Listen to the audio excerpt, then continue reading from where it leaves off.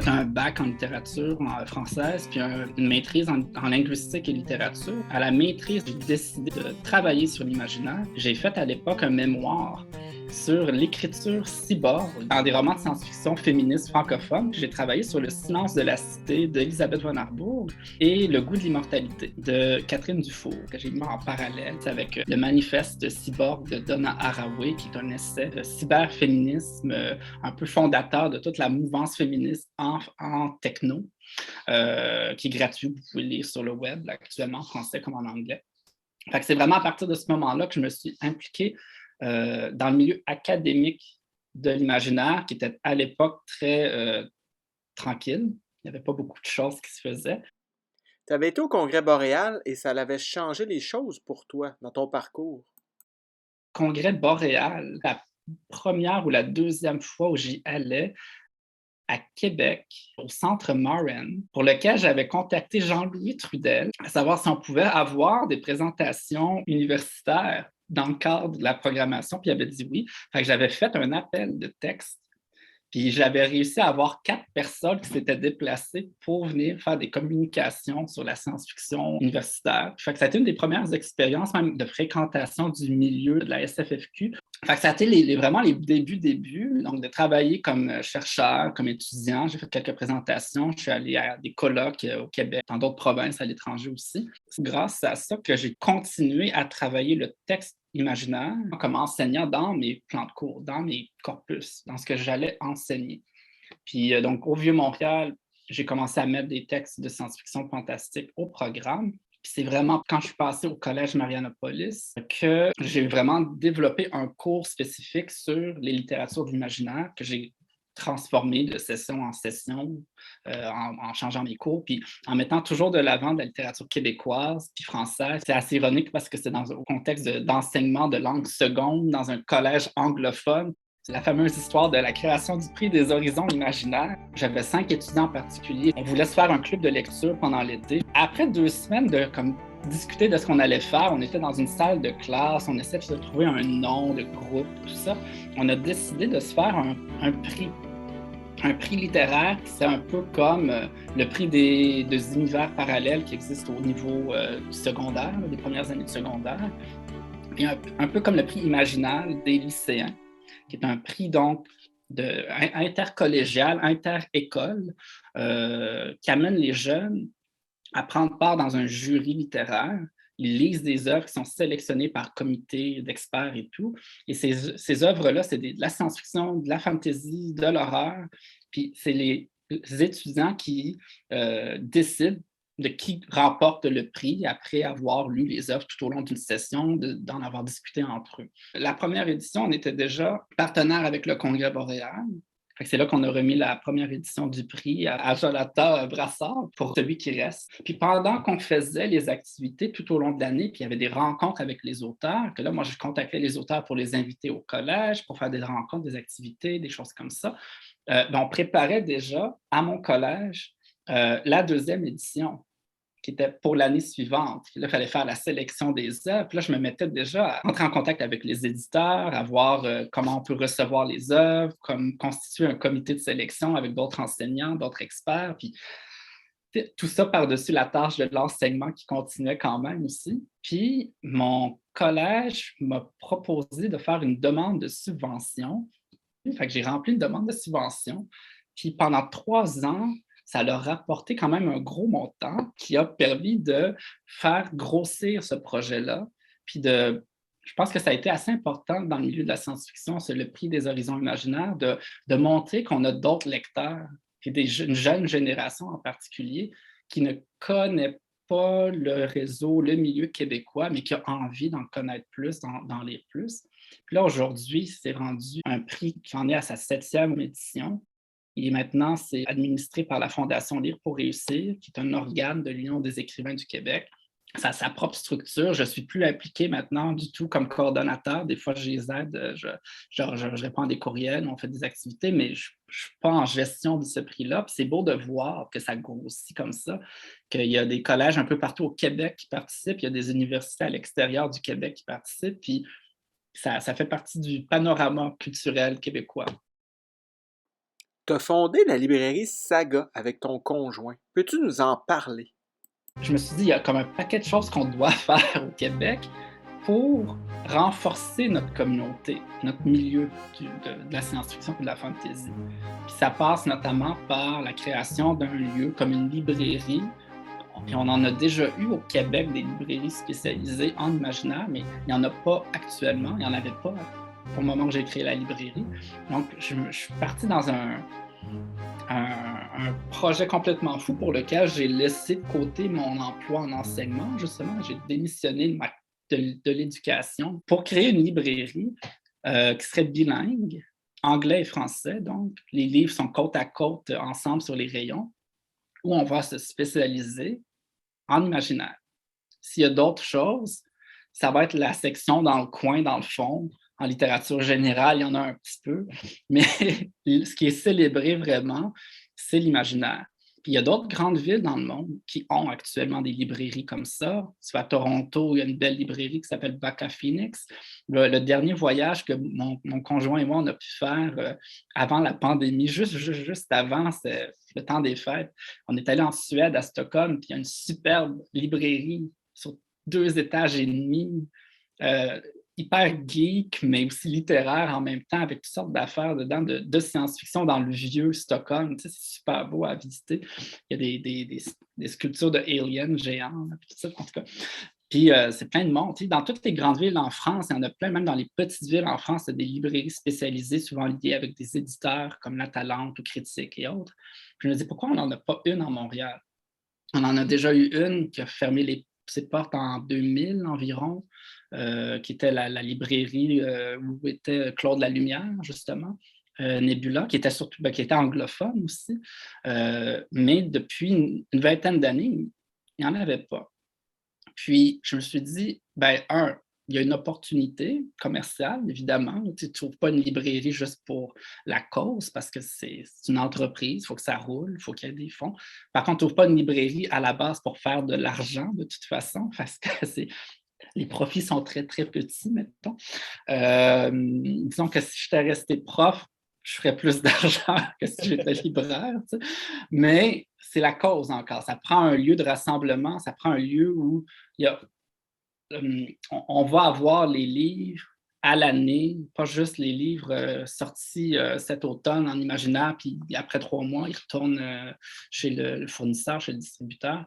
Des livres que quand on a des clients qui s'y connaissent, ils viennent poser des questions, ils cherchent des livres en particulier, on sait de quoi ils parlent, puis on peut les commander au besoin quand c'est des trucs rares en importation. Moi puis mon conjoint, on a tout laissé pour faire ça. On planifiait l'affaire donc en 2019. Alors, on avait acquis un bon réseau, une bonne compréhension du milieu du livre. On savait comment ça fonctionnait. On a préparé un gros plan d'affaires, tout était clair. Puis 2019, on a créé l'entreprise. On a commencé à faire quelques activités de vente en événements. Et en janvier, février, mars, on était physiquement présent sur la rue Sherbrooke à Montréal, dans le quartier Notre-Dame-de-Grâce, dans un espace pop-up temporaire qu'on louait à la semaine parce qu'on faisait des événements, on vendait des livres usagés. Je suis allé chercher à toutes sortes d'endroits en camion, des livres scolaires aussi, parce que justement, il y a d'autres angles à la librairie. On fait de la vente de livres aux étudiants. Parce que bon, j'ai quand même travaillé 15 ans dans le milieu collégial, donc je connais certains profs. Alors, on travaille comme ça. Et tout ça se passait super bien. On avait trouvé le local idéal pour ouvrir notre grande librairie avec un salon de thé, avec de l'espace pour faire des rencontres, des événements, puis une salle qui allait avoir dans le fond pour du coworking, puis faire des ateliers d'écriture, des trucs comme ça. Une grande librairie qui était à un coin de rue. Le bail avait été négocié par l'avocat. Donc, j'ai payé l'avocat pour le négocier. Puis, il restait juste la signature. Et là, donc, je précise qu'on est en janvier, février, mars 2020. Puis nous, on doit signer un loyer pour un grand local, coûte très cher quand même, là, sur la rue Sherbrooke, qui est quand même une grosse avenue commerciale. Avec un plan d'affaires d'événements, de rassemblements, de gens qui vont se retrouver à l'intérieur, avec un salon de thé. On s'est décidé à 24 heures qu'on n'allait pas signer le bail. Puis là, on avait notre autre local à côté, plein de boîtes de livres, plein de stocks d'équipements où on y était. Puis moi, j'enseignais en même temps aussi, puis on travaillait en plus, on faisait tout ça en même temps.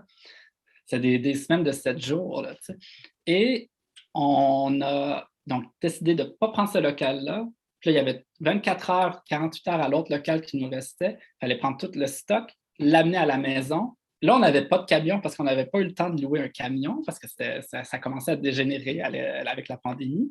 Fait qu'en auto, avec des amis, on a fait des allers-retours. Puis on a empilé ici à la maison là, des boîtes de livres partout jusqu'au plafond dans certaines pièces. Puis il a fallu qu'on se pose la question, Lilia et moi. Moi, je venais de demander un congé sans solde, pas payé là, pour l'année prochaine, parce que je gardais mon emploi au cas où, mais je n'allais pas travailler, puis je n'allais pas être payé. Donc, ça, c'était officiel déjà. Puis il était rendu impliqué complètement dans la librairie seulement. Puis on se demande, est-ce qu'on fait une grosse erreur, là? Fait qu'il a fallu qu'on modifie toute notre vision, notre plan d'affaires en quelques jours. Puis du jour au lendemain, on n'avait pas planifié un site web. On ne planifiait pas de faire de vente en ligne avant 1 an. Fait que du jour au lendemain, on s'est créé un site web qui n'est pas le même qu'aujourd'hui. On rentrait manuellement les données des livres usagés qu'on avait emplis dans des boîtes à la maison. On allait chercher toutes les données, résumés, titres, prix ISBN, auteur, couverture, tout ça. On allait les chercher manuellement. On les transférait dans notre base de données à nous, un livre à la fois. On les rentrait à la main. Là. Il n'y avait pas de scanner. Là. Tout était à la main. Puis on s'est créé notre base de données pour notre vente de livres usagés. On vendait des livres à l'époque, c'était comme 3 4 5 le livre. Puis moi, je venais d'avoir mon permis de conduire il y a quelques mois seulement, genre comme 3 4 mois. Puis on était à la maison, on ne pouvait pas vendre sur place. Fait qu'on faisait que de la livraison. Puis je roulais du 6 heures, 7 heures, 8 heures par jour pour aller apporter les livres aux clients qu'on avait rencontrés en développant notre présence sur les réseaux sociaux, dans des communautés, notamment communautés d'horreur, communautés fantasy. Puis on amenait les livres à la porte au monde. Puis je faisais dans la même journée, je roulais de Saint-Jérôme, je faisais toute la route jusqu'à Saint-Jean-sur-Richelieu, de l'autre côté complètement. Laval, Blainville, tout ça. Je faisais Verchères à Beauharnois. Je ne sais pas si quelqu'un peut se représenter, mais c'est vraiment... ces 6 heures là, avec des arrêts tout le long en Montérégie puis sur la Rive-Sud, je me faisais des itinéraires. On avait plein de clients qui voulaient nous soutenir, qui trouvaient ça hot que 2 gars par rapport sur une librairie de la maison. Puis on rencontrait le monde comme ça en les voyant en personne. C'est le fun, mais c'était intense. Puis là, à la maison, c'était tout le bordel. On avait un comptoir où on faisait nos emballages ici. Fait qu'on venait d'apprendre comment ça fonctionne, là, la tarification, les frais postaux, parce qu'on faisait de la livraison à l'extérieur de Montréal aussi par la poste. C'était intense. Puis on a roulé comme ça, de la maison, site web, sans expérience en web non plus, là, en vente web, en développant les réseaux sociaux de avril, mai, juin, juillet, août 2020. Ça roulait. Puis là, j'avais des profs qui commençaient à me demander, on a fait la rentrée scolaire avec toi l'hiver, est-ce que c'est possible de recommander des livres avec toi encore pour la rentrée de l'automne? Mais là, moi, je suis à la maison en ce moment-là, je ne peux pas avoir des étudiants puis des profs ou des parents qui viennent acheter chez nous, là, ça n'a pas de sens. Puis c'est le volume de commandes scolaires est intense pendant la période de la rentrée, comme actuellement. Là, c'est pas mal intense avec en début d'année. Donc, il fallait qu'on se trouve un local, une adresse commerciale pour accueillir ces clients-là, alors qu'on n'a toujours pas le droit d'accueillir les gens à l'intérieur parce qu'on est encore en pandémie, en confinement, les commerces sont fermés à ce moment-là. Mais on a aussi besoin d'une adresse commerciale pour recevoir les commandes des distributeurs avec qui on doit ouvrir tout à coup des comptes pour nos commandes scolaires qu'on n'a pas encore. Fait que ça a été rocambolesque, mais on a trouvé un mini local. On faisait le tour des annonces. Là. On était On pensait peut-être retourner au même local où on était à l'époque, qui coûtait quand même dans les 4 chiffres, là, donc c'était cher. On regardait toutes les offres partout. Les prix ne descendaient pas malgré la pandémie. Les propriétaires maintenaient leurs prix. Puis avoir un gros local à ce moment-là, ça n'avait aucun sens. Parce que payer pour de l'espace qui ne serait pas utilisé, payer pour de l'espace où les gens ne pourraient pas venir voir les livres, mais simplement pour avoir une adresse commerciale d'où faire nos commandes web, il fallait qu'on ait un mini local. On était même en train d'envisager de louer un espèce de studio ou de bureau dans une tour à bureau, quelque chose comme ça, pour avoir une adresse commerciale, mais pas à la maison, mais petite, sans accès public. Puis finalement, sur Kijiji, on a trouvé une annonce pas rapport avec les photos à l'envers, puis c'était comme pas clair, puis c'est vraiment weird. Puis on est allé les voir finalement, puis c'est un couple d'octogénaires italiens qui avait un tailleur. Tu sais, le monsieur, il avait 90 ans, en fait, il était plus vieux qu'elle. La madame était avec sa canne. Il est propriétaire du bâtiment, mais eux tenaient un comptoir de tailleur. Il y avait une photo du pape là, dans le fond. Il y avait du linge partout, c'était pas le même. Puis il fallait qu'ils ferment pour prendre leur retraite. Fait qu'ils nous ont fait un prix. Le fils voulait qu'ils partent à la retraite. Là. Fait que ça n'a pas été long. On a signé un contrat assez rapidement, puis on a un bail, puis on a trouvé l'endroit où on est actuellement depuis l'automne, décembre 2020. On a trouvé un petit local. Quand on est arrivé, c'était vide. Ils ont fait le ménage. Il y avait des trous dans le plafond, il y avait des luminaires qui clignotaient. C'était vraiment comme le genre de truc qu'on trouvait dans tes textes. C'est une ambiance horrifique, là, pas mal à l'automne en plus.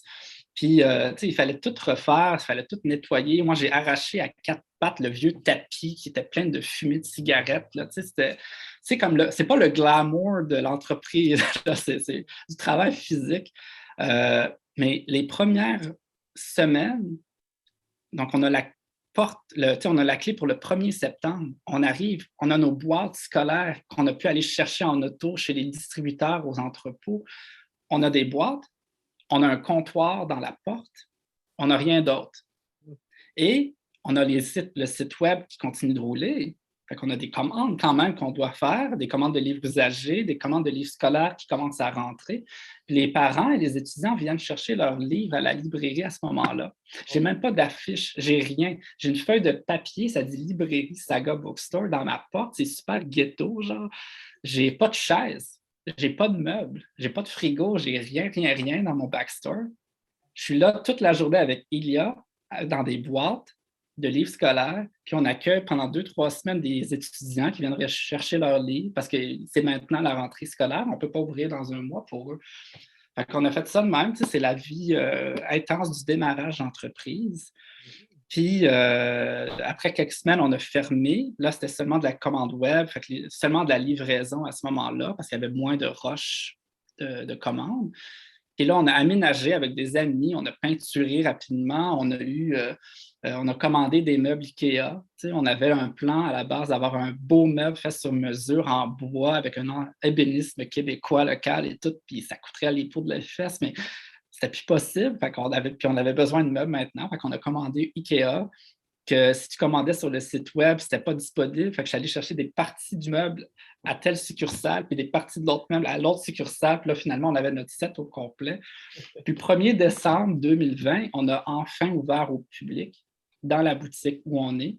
Puis depuis ce temps-là, ça roule, malgré les confinements, puis les lockdowns, puis toutes les annonces possibles qu'il y a pu avoir. Mais justement, il a fallu qu'on s'adapte, qu'on change complètement notre modèle. L'événementiel, j'en ai fait beaucoup d'événementiels pour le milieu en général, puis j'adore les événements, les rencontres, la magie qu'on a quand les lecteurs rencontrent leur auteur, puis qu'il y a une lecture, puis une discussion, puis que, il y a quelque chose de beau dans une activité en personne comme ça. Puis c'est ce que je veux faire avec la librairie. Mais là, depuis qu'on a ouvert, on ne peut pratiquement pas en faire. Ça a dû tout passer en virtuel. On n'avait pas l'espace pour le faire. Puis, on a pu faire quelques activités en personne en décembre dernier. Notamment, on a reçu Natacha Canapé-Fontaine et Aya Villec pour une belle rencontre. On va servir le thé en même temps. Puis, ça a été super le fun. À ce moment-là, on a pu le faire. Là, on est de retour en virtuel à cause de tout ce qui se passe en ce moment avec la pandémie, mais on veut plus tard, on y va étape par étape avec la librairie. Si un conseil à donner aux gens qui veulent se lancer en affaires, commencez petit, puis allez-y étape par étape. Votre rêve d'entreprise, comme vous la voyez, comme vous la voulez, ça va arriver dans quelques années. Commencez pas avec le rêve, travaillez vers le rêve. Puis étape par étape, vous allez vous y rendre, puis ça va être moins risqué financièrement aussi. Ça va être, puis vous allez voir déjà dans votre rêve qu'est-ce que finalement qui n'aurait pas fonctionné si vous l'aviez fait dès le départ. Parce qu'il faut y aller un élément à la fois. Tu ne peux pas commencer avec ta vision idéale. Il faut que tu la travailles. La vision idéale, là, au final, là, c'est qu'on ait un milieu d'imaginaire fort, dynamique, qui fait l'envie de tous là, au Québec, tu sais, dans, dans tous les styles. Tu sais, pas une seule vision non plus. Puis qu'il y ait de la place pour plein de monde complètement différents là-dedans. Puis c'est vers ça que je veux travailler avec différents projets, mais c'est pas demain que ça va arriver. Ça va arriver dans des années. Fait que de vouloir sauter les étapes, de brûler les étapes, tu te brûles toi-même. Des fois, tu vas faire des burn-out là, déjà, puis tu seras plus bon à grand-chose après. C'est plat. Puis aller trop vite, c'est aussi maintenir une espèce d'esprit de compétition malsain avec les autres autour de toi. D'avancer tranquillement avec les autres, c'est là que tout se renforce. C'est là que tout est sûr de ne pas s'écrouler s'il y en a un qui ne peut pas continuer, s'il y en a un qui ne peut pas avancer. Fait que, moi, j'ai eu une réputation que j'allais vite, là, parce que bon, il y a des projets que je voulais mener à terme, parce que j'avais des deadlines, notamment, il fallait que je démissionne là, de l'école, puis il fallait faire des trucs comme ça. Mais je vais étape par étape quand même à l'intérieur de ces projets-là. Et un de tes projets, c'est VLB Imaginaire. Peux-tu nous en parler? Ça ferait que renforcer notre milieu si on ajoutait un autre éditeur ou une autre collection, peu importe qui ou quoi, là, mais spécialisé en imaginaire, fantasy et science-fiction, avec des tendances comme le hope punk, le solar punk, futurisme autochtone, afrofuturisme, etc., qu'on retrouve pas tant que ça ailleurs au Québec. Puis là, c'est sûr qu'on a de bons éditeurs spécialisés en imaginaire et en genre au Québec. Puis, je veux dire, à lire est là. Je veux dire, c'est clair et certain qu'on n'aurait pas un milieu de la science-fiction au Québec sans à lire.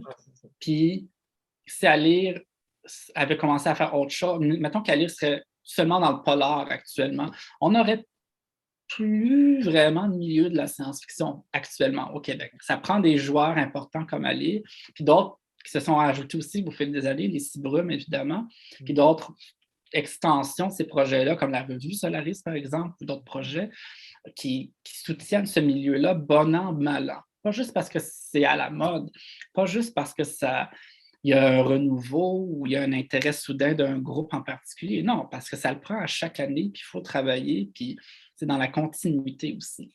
Puis on a d'autres collections qui se sont ajoutées aussi chez d'autres éditeurs qui font à leur façon aussi de l'imaginaire. Puis ça va dans le sens de ce que je disais tout à l'heure, la diversité puis de ce milieu-là qui se renforce à chaque fois qu'on ajoute des couches puis des nouvelles voix puis de nouveaux mondes, puis tout le monde collabore au final. Ça, c'est ma vision idéale et utopique de la chose.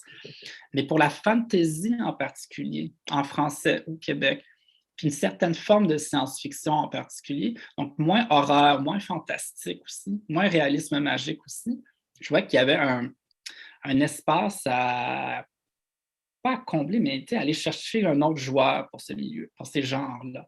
Puis je me dis, OK, ben, est-ce qu'il y a quelqu'un qui va le faire? Fait que tu peux être sûr qu'avant de lancer VLB Imaginaire, moi qui étais déjà occupé, j'en ai parlé à d'autres personnes.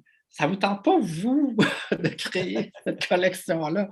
Puis les gens trouvaient, c'est intéressant, mais il n'y a personne qui se lançait. Je dis, ben là, il faut le faire.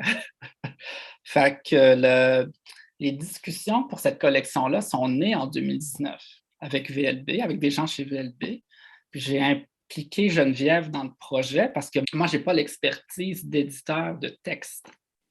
je suis capable de faire de la gestion. Je suis capable de faire de la gestion, de la planification, je suis capable de faire de la mise en marché, je suis capable de faire de la publicité, des choses comme ça. Tu sais. Mais travailler mot à mot avec un auteur, ça peut être intense. Puis c'est pas mon expertise. Puis je le reconnais tout à fait. Peux-tu nous parler du premier titre publié par VLB Imaginaire? Le livre ardent d'Andrea Renaud-Simard, qui vient d'ailleurs d'avoir une excellente critique dans le plus récent Solaris. C'est son premier roman, Andrea Renaud-Simard. C'est vraiment pour les fans de science-fiction qui n'ont pas peur de tomber dans un autre monde, dans un autre univers, et de ne pas se faire prendre par la main dans les premières pages. Hein? Parce que ce n'est pas le livre que je mettrais entre les mains de quelqu'un qui n'en a jamais lu. Ben, s'ils veulent l'essayer, tant mieux, là, mais ça peut être un peu déstabilisant, là, les premières pages, enfin, même les premiers chapitres. Alors, quelqu'un qui veut vraiment une science-fiction de haut niveau, qui n'est pas super facile non plus d'accès, mais très bien écrit aussi. Là. Elle connaissait déjà dans le milieu de la science-fiction parce qu'elle avait remporté le prix Solaris en 2017 avec Les Tisseurs. Puis elle fréquente justement le milieu depuis ce temps-là. Puis elle, ce qui est assez drôle, c'est elle a envoyé son manuscrit de façon tout à fait régulière, lettre de présentation, synopsis, texte, par la boîte courriel. Elle n'a pas passé à côté pour nous contacter. Hey, j'aurais ça pour vous, gna, gna, gna. On a vu son nom dans la liste. C'est sûr qu'on a remarqué son nom. On la connaît. On s'est dit, on va la faire tout de suite, mettre dans l'autre pile à côté. Puis finalement, ça a été notre premier coup de cœur.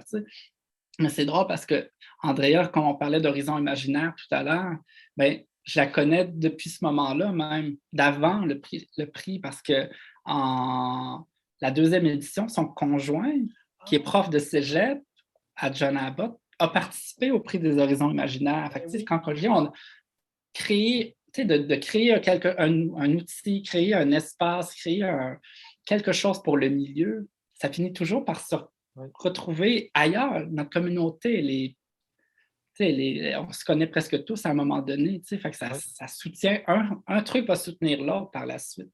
Fait que je trouvais ça drôle qu'on publie c'est pas le roman de son conjoint, c'est son roman à elle, mais que par personne interposée, il y a un lien avec lui aussi, qui était là dans les débuts de mon projet, puis qui m'a aidé avec mon projet au début. Puis, je trouvais ça intéressant. Qu'en est-il du deuxième roman que vous avez publié? Le mystérieux roman Répond à la lumière de Emma Elmaré. Celui-là, il est déjà aussi un petit peu plus court que le livre ardent. Il se lit assez bien, assez facilement. Il est plus accessible pour des néophytes. C'est de la science-fiction, mais je ne dis pas pourquoi, parce qu'il y a un gros punch. Au début, les premières pages, même les premiers chapitres, on a l'impression de lire un roman d'autofiction montréalais où on va suivre l'héroïne Emma Elmaré, qui est l'écrivaine du roman aussi. Et Emma rêve, c'est une jeune femme dans la mi-vingtaine, elle rêve de devenir la plus grande écrivaine, elle travaille sur son texte dans sa chambre le soir, elle vient comme chambreuse, là, puis elle travaille comme, comment dire, elle approuve du contenu porno pour une compagnie informatique. Elle voit de la vidéo porno toute la journée, puis elle met les étiquettes, les tags de classement, puis à un moment donné, elle va tomber sur une vidéo qu'elle n'aurait peut-être pas dû voir. Et là, on prépare un autre roman, cette fois-ci en traduction pour le mois de juin. C'est un roman d'une auteuresse de Montréal, Sue Sokol. On a vu un peu récemment au Boréal virtuel. Et c'est son premier roman, c'est Cycling to Asylum, donc en pédalant vers l'asile, mais ce n'est pas le titre en français, je vous rassure tout de suite. Et parce qu'il y a un double sens à Asylum, c'est autant le côté de la santé mentale, un peu que l'asile diplomatique, si vous voulez, donc le refuge. Donc, c'est un roman qui est paru en 2014, qui a été finaliste longlist pour le prix Sunburst, qui est un peu comme le Jacques Brossard canadien. Sue habite à Montréal, parle français aussi, puis tripe sur le vélo. Et dans le roman, on est dans une espèce de monde très proche du Nord, mais futuriste. Ça commence à New York, c'est l'histoire d'une famille. Chaque chapitre est raconté par un membre de la famille, le père, la mère, la fille, le fils. On sent qu'il y a un contrôle de l'État quand même plus ferme qu'actuellement. Puis il y a des drones, puis toutes sortes d'affaires techno qui se promènent. Et il se passe de quoi qui oblige la famille à quitter New York à vélo et à se rendre vers le nord. Et ils trouvent refuge dans la ville sanctuaire de Montréal. Et là, c'est toute la question de l'adaptation de cette famille-là. Il y a des parties de dialogue en français. Là, ils apprennent le français, il faut qu'ils s'établissent ici, tout ça. Puis c'est un beau roman dystopique, mais utopique en même temps. Puis en même temps, Montréal, qui est une ville sanctuaire, a quand même ses petits problèmes aussi. Il ne faut pas être non plus complètement naïf. Donc, c'est un beau roman, puis c'est juste le fun de l'amener en français, enfin. On a l'heureux plaisir de travailler avec Émilie Laramé comme traductrice de ce roman. Elle a traduit Rich Larson chez Triptyque, qui paraît en février, il me semble. Des projets comme ça qui se passent, c'est du nouveau monde qui arrive, puis qui montrent qu'ils sont capables d'en faire, qu'ils veulent en faire, puis ça fait pas mal plaisir de voir tout ça. Ouais. Génial, ça. Donc, c'est pas la pandémie qui va t'empêcher de faire les projets. Même pendant la pandémie, les choses continuent à rouler, veux pas. Mais, tu sais, comme on parle d'événements en personne. Tu sais, comme là, ces dernières années, avec Pascal, la plante du B, j'ai eu de superbes, belles expériences avec Pascal à développer des programmes qui devaient être au début en personne. Puis là, la pandémie est arrivée. On a fait le programme virtuel, notamment pour à la rencontre de l'imaginaire. On a fait des belles rencontres. Puis ça a été super intéressant à ce moment-là de faire du virtuel parce que les gens avaient besoin de contact. Puis le seul contact possible, c'était en ligne. Fait qu'on fait des tables rondes, puis toutes sortes de choses. Puis avec elle, on avait développé des rencontres et des activités qui étaient pour le Boréal et pour le Festival Métropolis Bleu. C'est une alliance entre les deux, un croisement entre les deux. Puis Métropolis Bleu a vraiment aimé ces rencontres-là. Puis là, ben, pour ceux qui ne connaissent pas le festival Métropolis Bleu, c'est un festival de littérature trilingue, français, anglais, espagnol même, à Montréal, au printemps, à chaque année. Puis c'est international, c'est le deuxième festival littéraire après le Salon du Livre à Montréal. Puis il y a toutes sortes d'auteurs invités normalement. Puis c'est de la littérature en général. Puis ceux qui la connaissent surtout, ceux qui connaissent surtout cet événement-là, c'est surtout la communauté anglophone, même s'il y a beaucoup de francophones qui participent comme auteurs ou comme visiteurs. Puis là, ben, il y avait un intérêt de leur part, avant même qu'on travaille avec eux, pour la science-fiction. Ils préparaient même avant la pandémie une espèce de volet spécial science-fiction qu'il allait monter. Puis je sentais qu'il y avait une belle ouverture au Métropolis Bleu dans un grand festival déjà structuré, déjà établi pour mettre de l'avant l'imaginaire, qui était l'objectif finalement de tous les projets. Fait que moi, je les ai approchés pour voir est-ce qu'on peut faire quelque chose. Puis de fil en aiguille, on a fait cette programmation-là, puis on l'a répété avec eux encore. On a fait un volet encore avec eux l'année d'après en virtuel. Et là, on a, Pascal et moi, un mandat de développer une programmation en personne d'un élément de programmation de science-fiction, une dizaine, quinzaine de rencontres, d'activités qui, normalement, vont avoir lieu ce printemps. On va voir, parce que là, il y a de nouveaux variants et on se croise les doigts. Ah ouais. Au moment de la diffusion, je ne sais pas où on va en être, là, mais donc, si tout va bien, ça serait pour genre avril-mai 2022. Il y a un beau programme qui a été monté avec des belles activités, en anglais, en français surtout même, puis des auteurs d'ici, des auteurs d'ailleurs, puis des partenariats avec d'autres organismes, puis d'autres festivals, puis d'autres trucs, dans l'idée de justement développer un festival de l'imaginaire au Québec. Ça, c'est un des trucs qu'il y a la librairie, mais moi, je rêve d'un grand festival. Ça ne veut pas dire que, parce que là, on pense qu'on a déjà le Congrès boréal qui existe. Le Congrès boréal qui est à la base un rassemblement des professionnels, des auteurs, des éditeurs, puis d'amateurs, mais des amateurs qui s'y connaissent vraiment. Puis c'est souvent des ateliers puis des rencontres qui vont servir, qui vont plaire à des gens qui pratiquent le métier. qui en font déjà partie. Puis c'est un congrès qui a la formule d'une convention aussi, un peu comme en France, de la convention annuelle de science-fiction, la convention nationale de science-fiction, puis ça prend ça dans le milieu de la science-fiction, des conventions puis des congrès. Comme à Montréal, qu'on a eu récemment la Convention mondiale de fantasy, c'est pas un festival, c'est une convention en hôtel. Il y a des rencontres, il y a des salles, puis l'intérêt souvent, c'est les rencontres à l'extérieur des salles où on va faire des rencontres de couloir, puis on va aller prendre un verre, puis on va aller parler, puis tout ça. Fait ce côté-là, c'est donc intéressant pour les auteurs de rencontrer des éditeurs, des agents, d'autres auteurs, etc. Un festival, Montréal est reconnu pour ses festivals, c'est un truc grand public. C'est un truc où tu as des gens qui ne connaissent pas ça, qui se ramassent là, des fois même par hasard parce qu'ils marchent là, qui rentrent dans le festival. Puis là, il y a plein de choses pour tout le monde. Puis ça peut être pour les fans intenses qui vont passer toute la journée là. Ça peut être pour quelqu'un qui fait une visite en famille avec la poussette, puis on se promène, puis c'est le fun, il y a de l'activité. Ça prend un festival de l'imaginaire. Un peu comme on en a en France, il y a les Imaginales, il y a les Utopiales qui existent déjà. Puis un festival peut même des fois héberger une convention, ça peut être en partenariat.